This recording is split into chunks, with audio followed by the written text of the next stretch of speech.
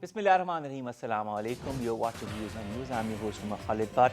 And today, ladies and gentlemen, is the 46th day since the abrogation of Article 370 and 35A. Today is the 46th day since Indian occupied Kashmir is in a clampdown, is under curfew. Today is the 46th day since the people in Indian occupied Kashmir have been denied their basic human rights.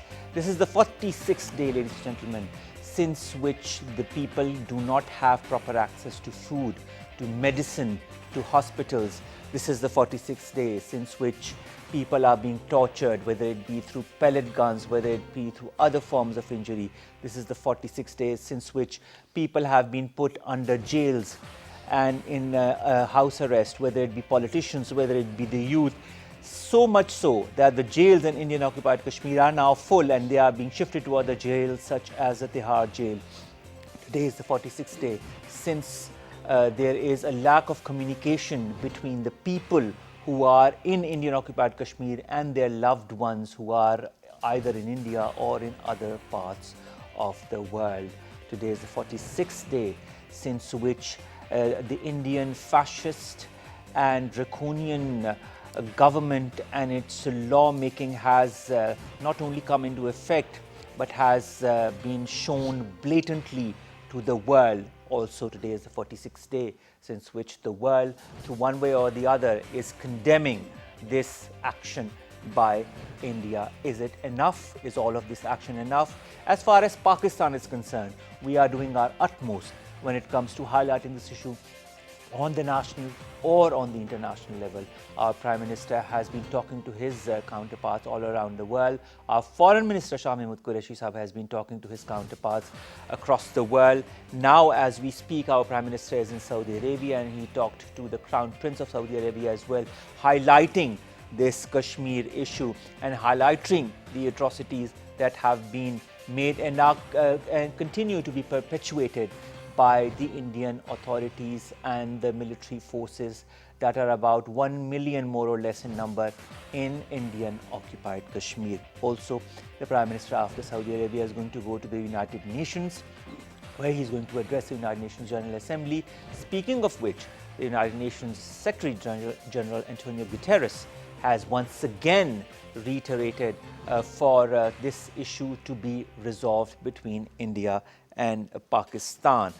Will it actually be resolved? Will the efforts of Pakistan reap fruit? Will the international bodies, whether it be the OIC, whether it be the United Nations, whether it be the European Union or the Human Rights Council or other bodies that are there all across the world, whether it be the neighbors of India, the friends of India, or the friends of Pakistan, who will put or exert enough pressure on India so that they revert their current status as far as Indian occupied Kashmir is concerned and finally give the people of Indian occupied Kashmir their right to self-determination. We will, of course, be seeing that as the days come by and as the United Nations General Assembly session also nears, because that is a very important day for all of this to be highlighted in front of all the world leaders. Now, to talk more about this, we've been joined by three important guests. Let me introduce them to you one by one. On my very right is Rauf Hassan Saab, you're a senior analyst. Rauf Saab, it's a pleasure to have you again here on our show. Thank you. Our second guest is Imran Jan Saab, you're a senior journalist and a columnist. Imran Saab, pleasure to have you on board again as well. And our last but not the least, our guest Muhammad Khalid Khattak Saab, you're a former ambassador. Thank you very much, Khalid Khattak Saab, to have joined us as well. You're welcome. Let's begin with you, Rauf. Now, I kind of summarize what has been happening since the last 46 days. Also, our Prime Minister has said no talks until the Kashmir issue, Kashmir status is kind of changed as it is currently under the draconian law or under the army rule or under the Indian rule or under the clampdown. Also, our Prime Minister is in Saudi Arabia. He has been talking to Saudi Arabia, not the first time, but now he's there. He's been talking about this issue and now he's going to the United Nations. How would you rate, let's put it that way, it's a kind of a brutal word, but how would you rate Pakistan's efforts as far as highlighting the atrocities in Indian occupied Kashmir is concerned? Thank you, Khalid. I think within the given limitations, and Pakistan has done a wonderful job so far. The government of Pakistan has done all that it possibly can do under the circumstances. What is it that it can do? War is not an option, so leave that aside. It can agitate the matter. It has become a human rights matter, as you have very amply stated in your intro to the program. Principally, it's a human rights issue, and it has to be highlighted on the basis of it being a human rights issue, grave violation of all basic human rights, which are granted to citizens of any state, any place in the world. That, unfortunately, is being denied to the people of the Indian state of Jammu and Kashmir. Beyond that, much will depend on what happens within India. And that will happen after the clampdown is lifted. The nature of reaction, the extent of reaction, and the spread of reaction, and the component of violence which is part of that reaction will determine possibly how things are going to proceed thereafter with regard to sorting the Kashmir problem out. Another thing which can direct events towards resolution of the Kashmir dispute is how the Indian Supreme Court adjudicates in the matter. Possibly we're going to talk about it in the second part of this program also, that the only way these actions can actually be reversed, or the only way Indian government can be forced to reverse these actions, which it has taken abrogation of Article 370 and 35A, is if the Indian Supreme Court orders it to do so. But Rauf, with that is not likely but to the happen. Indian Supreme Court, the judgment that is recently took out, is not as heavy as it should have been, keeping in mind that India claims itself to be the largest democracy in which the judiciary is independent. So does it show that the judiciary is independent, or is under the pressure of some other organization? Look, I am not going to be judgmental about that, on the dint of this one thing or another. The important thing is that there are 3 adjudications in the past, passed by the same Supreme Court. They have said that these articles cannot be, articles are integral component of the Indian Constitution. But if I go over what the Supreme Court, the Chief Justice has commented yesterday, it looks that possibly the flow of things is going to be quite different this time. And they've said that we're not passing any adjudication at this point in time. But, restrictions should be lifted, keeping the security situation in mind. Now, who's going to define the security situation? It is not the court of law. It is the government of the country. And they will say, well, the security situation does not permit us to lift the sanctions. True. So the only way to go forward, or the prospect, is that Pakistan should continue and amplify what it is currently doing, and 2, open the prospect and possibility of negotiations with India. That's important. As we say in our tracks, basically, that between any 2 countries, the prospect of engaging at any given time should be uninterrupted and uninterruptible. And this is what we have always taken a position with regard to India, Pakistan also. So we should not close the avenues of engagement. We should, in fact, keep them open and try to amplify them further so that, these things can be brought to the table and talked Imran, about. one of the things that Rauf pointed out was that the change, if it happens, when it happens, will be within India.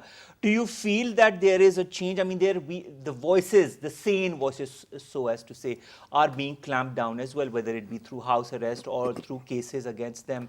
There are only a few sane voices that exist. I don't know for how long they will exist. But if eventually the change has to come from India, will it be for the positive? Will it be for the betterment of the people of Indian occupied Kashmir?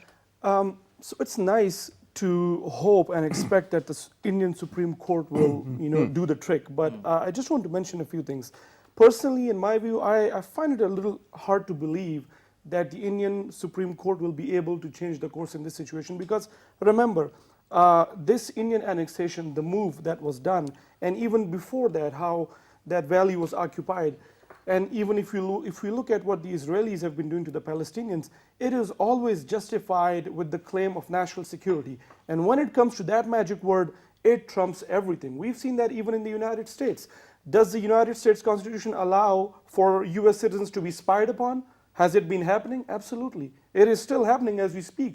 Edward Snowden, as you know, the person who is now in Russia, he let us know, but again, it still happens. Now, that was just an example I wanted to mention. I personally, like I said, I don't know if the Indian Supreme Court will be able to do that. And as far as stopping this annexation, reversing this annexation from within that society, it will have to be a very perfect democracy, which again, I doubt that India is. The fact that this man, Narendra Modi, who was called the Butcher of Gujarat, this was the same man who was banned from entering the United States because of his role in killing so many Muslims in Gujarat. The fact that he was re-elected with a very overwhelming majority speaks volumes about what is it that people in that country want. Has the mentality in India changed in your point of view of people? The people who always have said that democracy is the line that they have always towed. Has that line that they are towing changed now from democracy to something else? Yes, I mean, if you're talking about how it claimed to be a secular democracy. Because as you said, I mean, from this that, time yeah, the change Narendra is, Modi has come with an even stronger majority in these elections. and that's even more of a sign that the society from within will not be able to bring that change, because it has drifted from being, I don't know if it ever was really that perfect secular democracy, but even from that to the drift that we are seeing now, the transition to the current state of India, it is very difficult to achieve that change from within the country. I just want to mention one thing though. We also talked about the statement given out by the chief of United Nations and Pakistan. Prime Minister Imran Khan said that we'll only talk to India if they reverse the annexation. Exactly. Again, just a few days ago, we were calling Modi, we were equating him with Hitler. So if he reverses, does that mean his status, his mindset changes too? Then we want to talk to them. Do we really believe that talking to a man like that will bring some peace to that valley? What about pre-August 5? Was the valley not occupied? Was it not the world's most densely militarized zone? These are facts. And I don't know if, and again, it was again a tacit peace offer, talks offer. Have they offered us any such, have they made any talks offer? Last time I checked in the news, the Indian Army chief and other ministers were talking about, coming after even the Azad Kashmir. Exactly. The Kashmir on our side. Pakistan occupied Kashmir. So why are we now extending another peace offer? It's just beyond me, and I don't know if it will solve All anything. right, let's go to the diplomat, Muhammad Khalid Khattak Saab. Peace, as Rauf Saab pointed out, we should keep the prospects of dialogue with India open. Under these circumstances, the current scenario that is prevalent in the region, what should we do diplomatically in your point of view? Well, if you talk of diplomacy, it is about dialogue. But then there are two principles in diplomacy. One is that you try to change the ground situation from the negotiating table. The other is to change the ground situation, and that gets reflected on the negotiating table. If you go by the example of Vietnam, or if you go by example of any liberation movement, it's invariably the ground situation which has got reflected on the negotiating table. So I would go for the second option of diplomacy, that is, first change the ground situation and then go for negotiations. But Khattak Saab, if they change the ground situation, as Imran points out, he says, if the mentality hasn't changed or doesn't want to change, do you feel that a reversal of a situation to pre-August 5 will change their mindset of what they want to do with the region? Listen, over here there's a very interesting but a technical point. When you say Indian Supreme Court is now tackling this issue and to normalize the situations, impliedly that means that this is India's internal affair under the jurisdiction of the Indian Supreme Court. Our position is not 370 because we don't recognize 370 as a legal instrument. We consider it as a fraudulent, move. In 1954, Indian Parliament passed a resolution declaring entire Jammu and Kashmir, Gilgit-Baltistan as its internal part. So shall we take that also, this is sort of into consideration? No. This, in my view, this Supreme Court's, Indian Supreme Court's view is purely tactical. And even a child can understand that. Diversionary tactics to divert the attention of the world bodies. This is meant for the consumption of the General Assembly session and for the consumption of the international community. Look, our Supreme Court is taking care of this. Look, we are doing it ourselves, and so, why Pakistanis should get that excited or that sort of is bothered about it. So it's purely tactical. Let's understand that. And the other factor about India is, I have said it earlier also, that the victory of the BJP and RSS is the victory of India's backwardness. In Arundhati Roy's novel, God of Small Things, there's a character, Madame Kochima, and another character talks about her and says that she is growing, but growing backwards. India is growing, but India is growing backwards. India is going back to the ancient India, to the myths, to the extremism of that part of Hinduism which is extremist, which is exclusive, for which subcontinent, you see, is a motherland of Hindus. Now, listen, there is a difference between a motherland and a holy land. And in the old ancient Hindu mythology, India is the holy land, not the motherland of. All right. So, and for the Muslims or non-Hindus, India is the motherland. So you see, India is actually going backwards.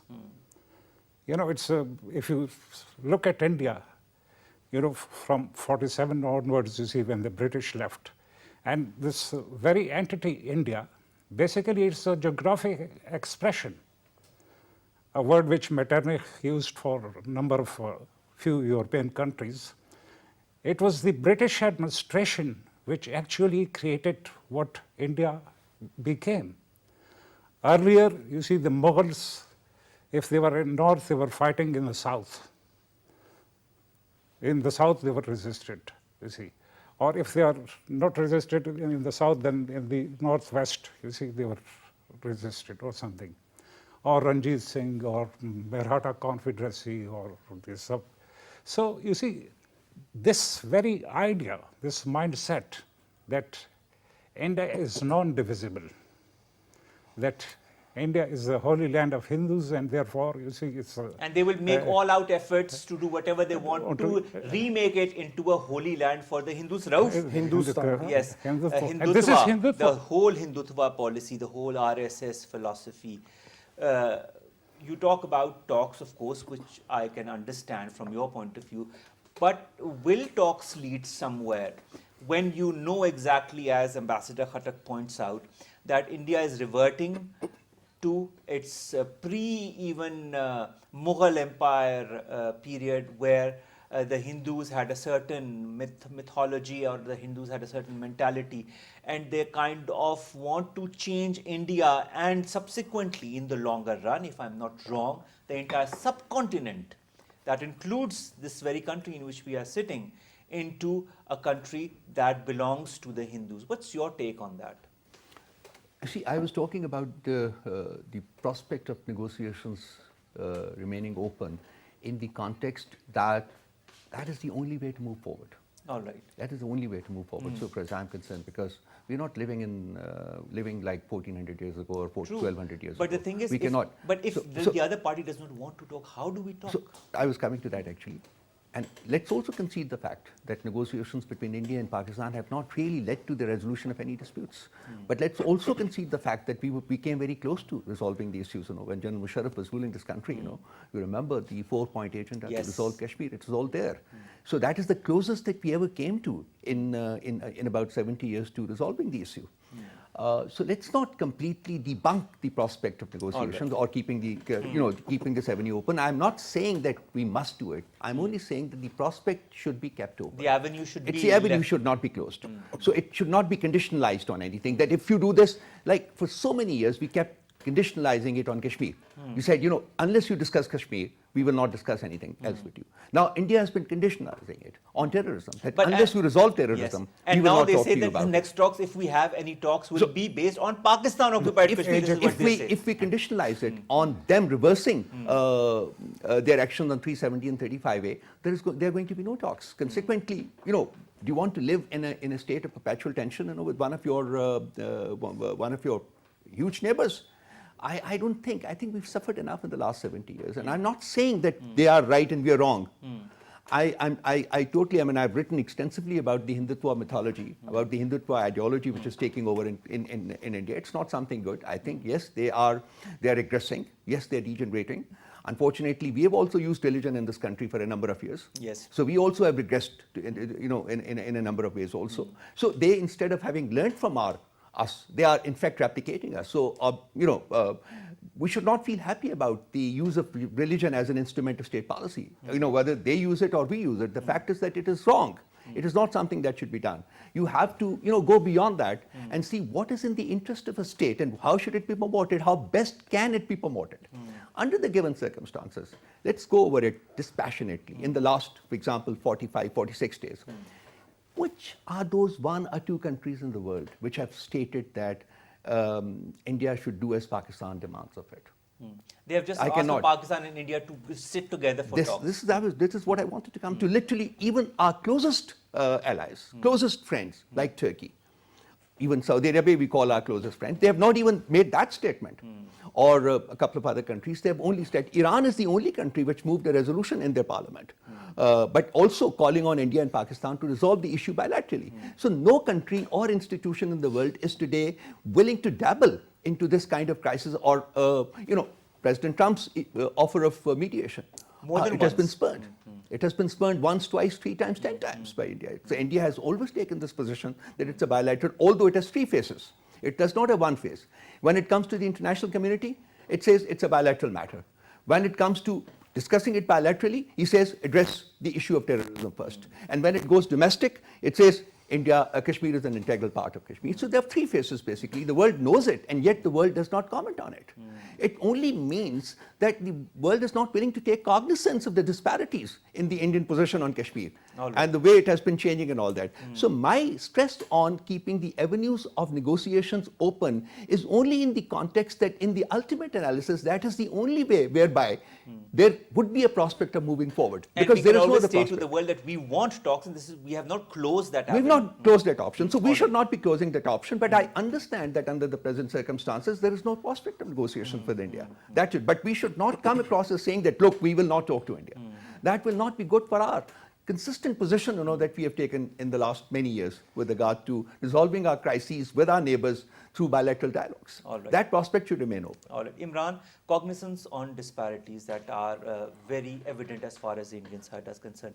Now, in the whole context, we see the different countries asking Pakistan and India to sit together for talks, and the latest being the United Nations Secretary General Antonio Guterres, who through his representative Stéphane Dujarric says that the UNSC has met with Pakistani and Indian officials to calm the tensions between the nuclear armed powers, and also that the UN Secretary General remains very concerned about any potential escalation between India and Pakistan over the situation. They are concerned about the escalation of any possible tension between India and Pakistan. And this escalation can happen at any moment, can be triggered by any small or big event, whether in India or in Pakistan, or through one of the false flag operations that we have highlighted so many times by our Prime Minister and our Foreign Minister that it might happen from the Indian side. is it just rhetoric of continued statements that will emanate from the world bodies, or do you feel some kind of economic clamp down on India will also happen in the long run if India continues with this current situation? So let me, before that, let me clarify first. I completely, absolutely agree with Rousab, what he said, that the only solution to this is to talk, not to go to war. I do not believe that war will solve this issue. It's only going to make things worse. And so many people, both are nuclear armed and mutually assured destruction. Both are going to be destroyed. So as for what you mentioned, UN chief and almost every country in the world has. Actually, what they have said is a repetition of the Indian stance. This is a bilateral issue. Talk to each other. This is not a global issue. When the United States was invading Iraq, they needed a coalition of the willing. Why wasn't it a bilateral issue between Iraq and the United States? When 9/11 happened, the United States was invading Afghanistan and they wanted to build a coalition. Why wasn't it a bilateral issue between Afghanistan and the United States? I can give so many other examples. When Crimea was annexed by Putin, the European Union and the United States made so much noise about it. Why wasn't it a bilateral issue between Ukraine and Russia? Why did they make so much noise about it? Even recently, when the Saudi oil refineries at Abqaiq, if I'm saying the name right, when that was attacked a few days ago, and people believe it was done by Iran, the Houthi rebels claimed responsibility, US Secretary of State Mike Pompeo instantly said it's an act of war and Iran is involved. Can we leave it alone as a bilateral issue between the Saudis and the Yemenis, or maybe Saudis and the Iranians? Why is it now all of a sudden a multilateral issue? The point is, the point that I'm trying to make is that yes, talks are going to be the only way to move forward, but there should be a difference between the way the Kashmiris are demanding for their rights and the way Pakistan is making those demands. We are a nuclear armed state, for God's sake. We should not sound like hapless, people of Kashmir. We shouldn't sound like them. They are. I don't think we are, Imran. I mean, the way we are making noise about, look, the Indians are violating people's rights. Look, they're not restoring communication. Look, people cannot get access to medical supplies. What if they get all of that? Then is everything okay? Then will things be fine? We should be, just like Rousab mentioned, India keep mentioning that it's a bilateral issue, but it keeps pressuring Pakistan through FATF. It keeps referring to, let's first talk about terrorism and then we'll talk about Kashmir. Why don't we also force, if you want to achieve some change in Indian decision making, you apply the pressure elsewhere. The place is called Washington, D.C. The United States is trying to achieve peace in Afghanistan. Pakistan is holding the key to that. Pakistan should use that to convince the Americans to push the Indians back to pre-August 5. Hasn't Pakistan used that in the past as well?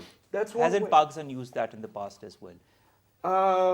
I'm not aware of where was it used. I mean, doesn't the US know that Afghanistan, to achieve peace in Afghanistan, Pakistan is one of the key players that can help the United States do that? And as per his mandate for the elections, US President Donald Trump said that he will he will ask all the troops that are there presently in Afghanistan to return home. This was one of the things on which he led the elections.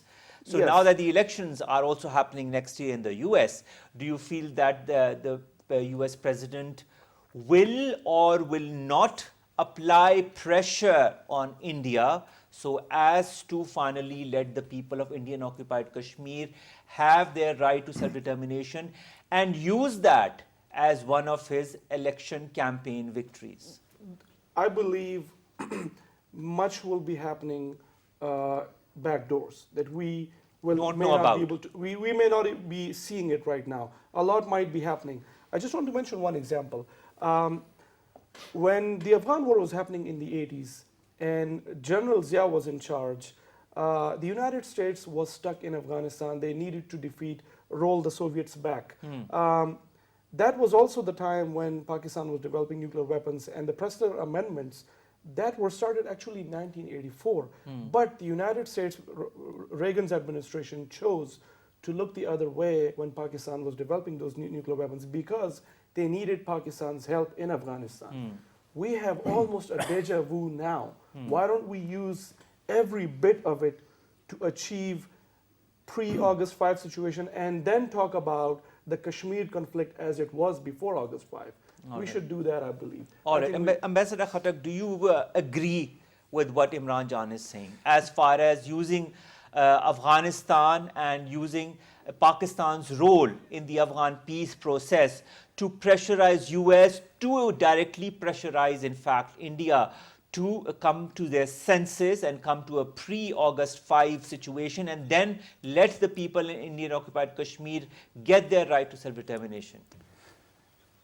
Well, first, may I comment on... Please offer on Rouse. Yes. Nobody in senses would like to have a war.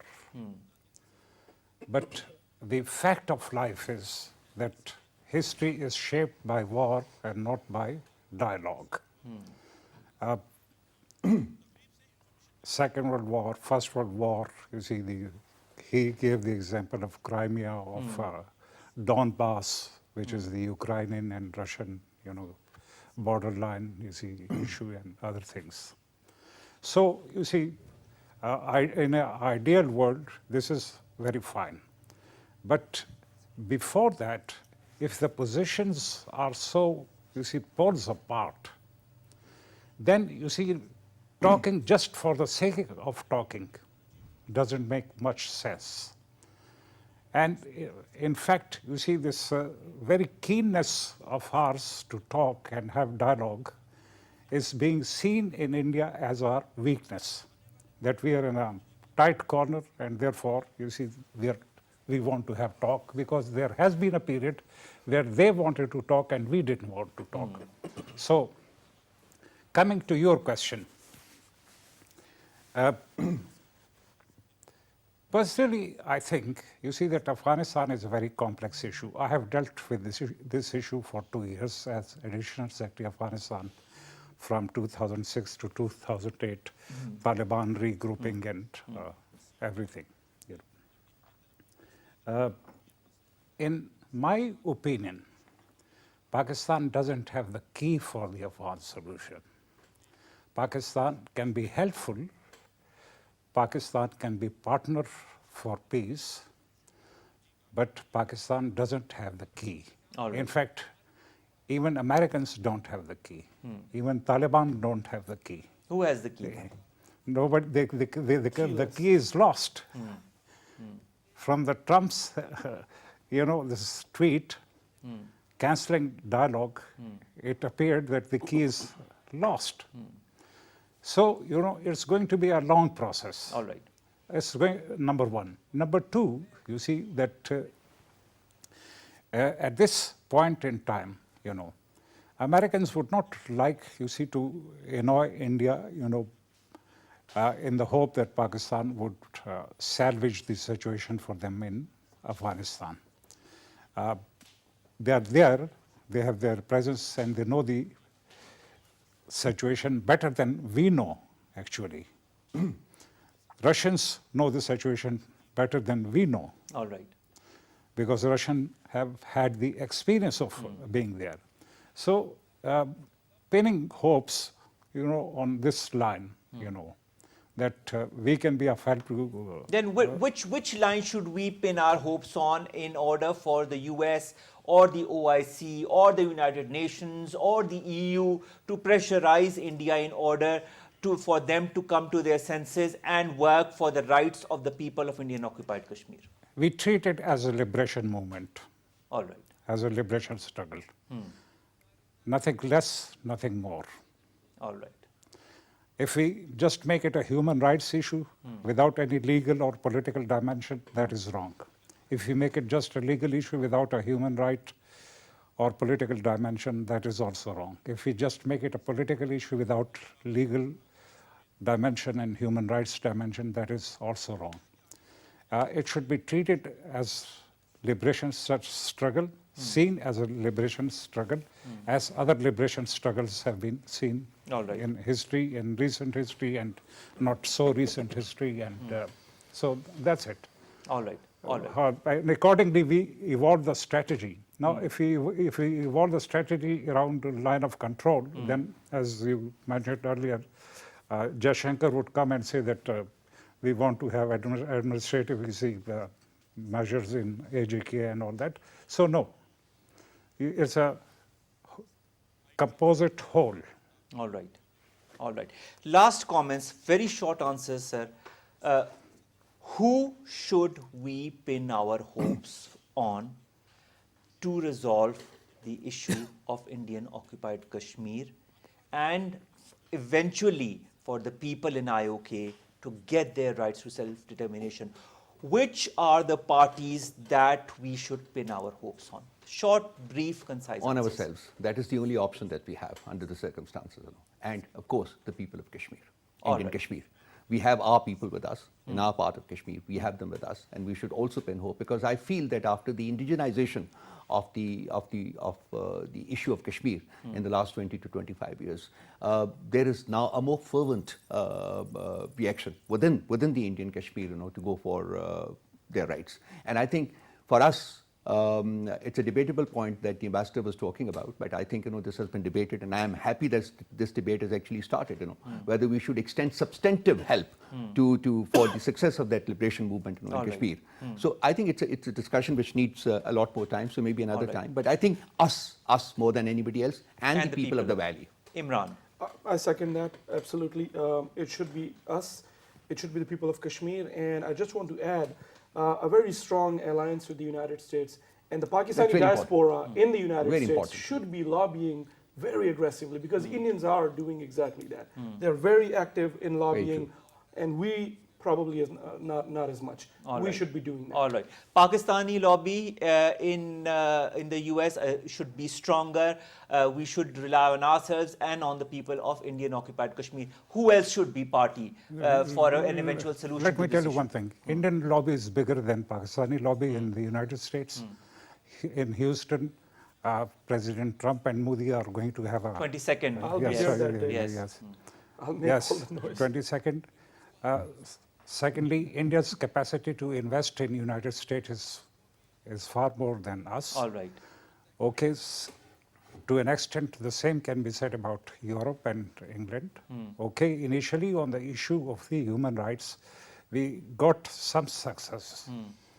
But as I told earlier in my program, that other developments may overtake the Kashmir issue. There are other If we- developments occurring around the world, whether yeah. it be in Palestine, whether it be in put- Yemen, whether it be I put in myself- Afghanistan, I put- whether it be I- also the situation between. No, listen, Saudi I Arabia put and- myself in the shoes of a diplomat who is neither from India nor from Pakistan, and who is sitting in the United Nations.